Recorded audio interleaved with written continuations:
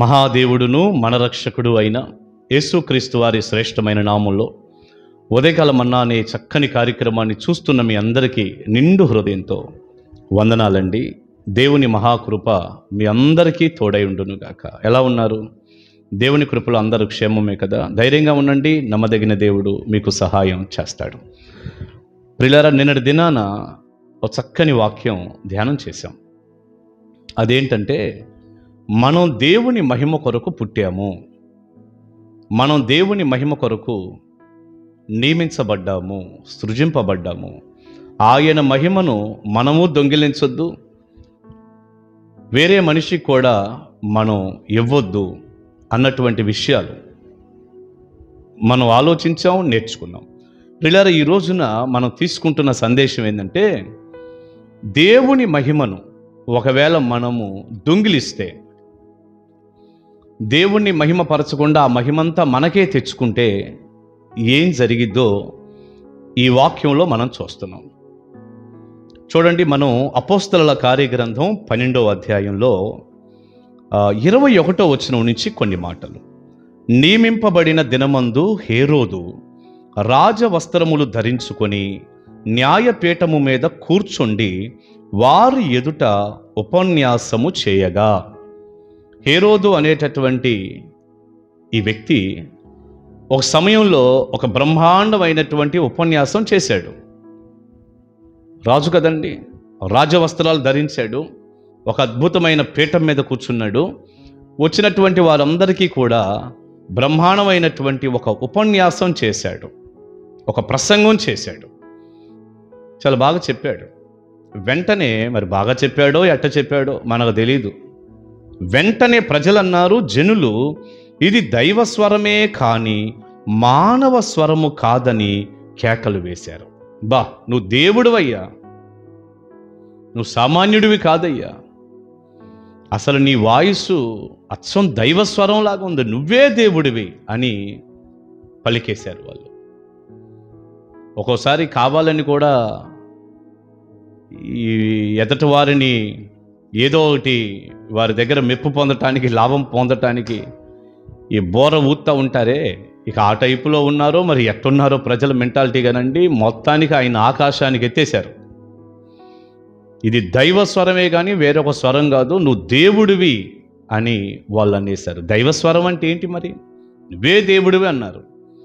అన్నప్పుడు హేరోదు ఏం చేసి ఉండాలి? ఏం మాట్లాడుతున్నారు మీరు? మీకేమన్నా మైండ్ పోయిందా? అసలు దేవుడు అంటే ఆయన సృష్టికర్త, భూమి ఆకాశము అందులో ఉన్న సమస్తాన్ని సృజించినటువంటి జీవాధిపతి, జీవం కలిగిన దేవుడు ఆయన, సృష్టికర్త ఆయన. నేను సామాన్యమైన మనిషిని, ఇంకా 4 రోజులు ఆగితే చచ్చేపోతాను, నేనేదో మరణించి మట్టిలో కలిసిపోయే ఒక సామాన్యమైన మనిషిని నన్ను దేవుడితో పోలుస్తారని ఇట్లాంటి పిచ్చి పనులు చేయబాకండి అని చెప్పాలా. కానీ ఈయనేం చేశాడు? బ్రహ్మాండంగా అంగీకరించాడు. పొగడ్తలంటే ఎవరికి ఇష్టం ఉండదండి? పొగడ్తలంటే ఎవరికి ఇష్టం ఉండదు? నువ్వు అట్టా, నువ్వు ఇట్టా, నువ్వు సామాన్యుడు కాదు, నువ్వే దేవుడు అంటే ఎవరికి ఇష్టం ఉండదు? ఈనాడు బోలెడు మంది మనుషులే దేవుళ్ళుగా అవతారం ఎత్తారు. మీరు చూడండి, ప్రజలందరూ వచ్చి దండం పెట్టి కాళ్ళకు మొక్కి భజన చేస్తుంటే ఎవరికి ఇష్టం ఉండదు? ఈనాడు నువ్వు ఇట్టాంటోడివి, అట్టాంటోడివి, నువ్వు సామాన్యుడు కాదు అనేటటువంటి మాటలకి పడిపోని వాళ్ళు ఎవరు? ఈనాడు బోలెడు మందిని మీరు చూడండి. అది సత్యం కాకపోయినా కూడా బ్రహ్మాండంగా ఏం లేదు, కొట్టేసి గాలి కొట్టేస్తే ఉబ్బిపోని వాళ్ళు ఎవ్వరు ఉండరండి. దేవుని పిల్లలు తప్ప, సరిగ్గా వాక్యాన్ని అర్థం చేసుకున్న వాళ్ళు తప్ప మిగతా వాళ్ళందరూ ఉప్పొంగిపోతూ ఉంటాం. మేము అనన్య సామాన్యులు అనుకోవటం. అడ్డగించలా. నన్ను కాదు మీరు మహిమపరచాల్సింది, దేవుడిని అని చెప్పలా. వాళ్ళు ఇది దైవస్వరం, నువ్వు దేవుడు అంటే బ్రహ్మాండంగా స్వీకరించాడు, హాయిగా అంగీకరించాడు. వెంటనే ఏం జరిగింది? 23వ వచనం, అతడు దేవుణ్ణి మహిమపరచనందున. ఇప్పటి వరకు మనం చెప్పుకుంది అదే, దేవునికి మహిమేమి లేదు. దేవుడు శక్తిమంతుడు, నేను సామాన్యుణ్ణి, ఆయన్ని కదా మనం మహిమపరచాలి. అదేమి లేదు, మహిమంతా ఈయన కాజేశాడు. అందుకని ఈ పదం పరిశుద్ధాత్ముడు రాయించాడు, అతడు దేవుణ్ణి మహిమపరచనందున. వెంటనే ప్రభు దూత అతన్ని మొత్తెను గనుక పురుగులు పడి ప్రాణము విడిచెను. చూసారా ఎంత దారుణం జరిగిందో?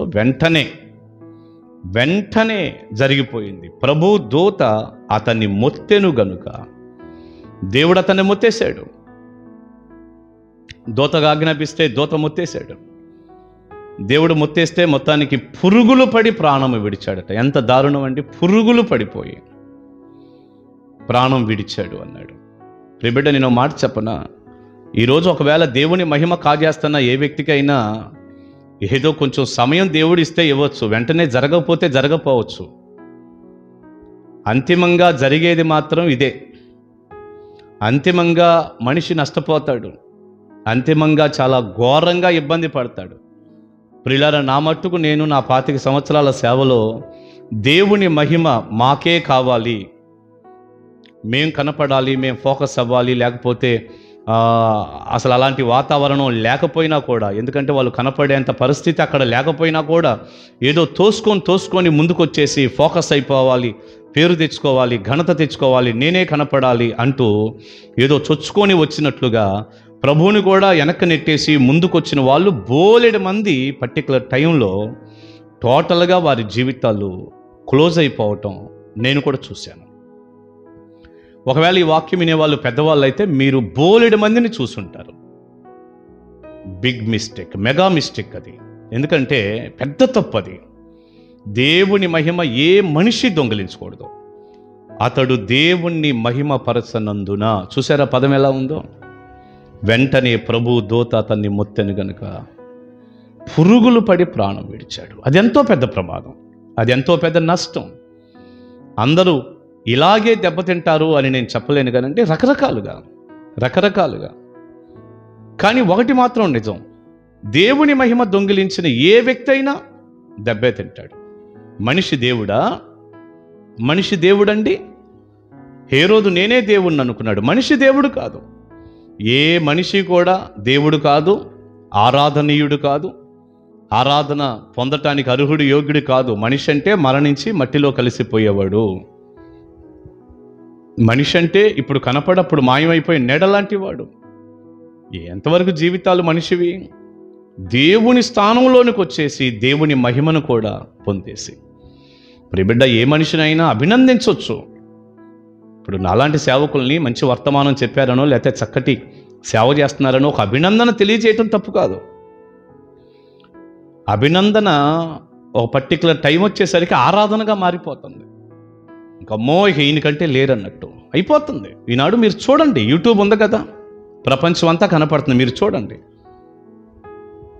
దేవునికి చెందాల్సిన వర్షిప్ కూడా మనిషికి వెళ్ళిపోతుంది. ఎంత బాధతో చెప్తున్నాను నేను. వాస్తవంగా నా గుండెల్లో ఎంతో భారము, బాధ ఉంది.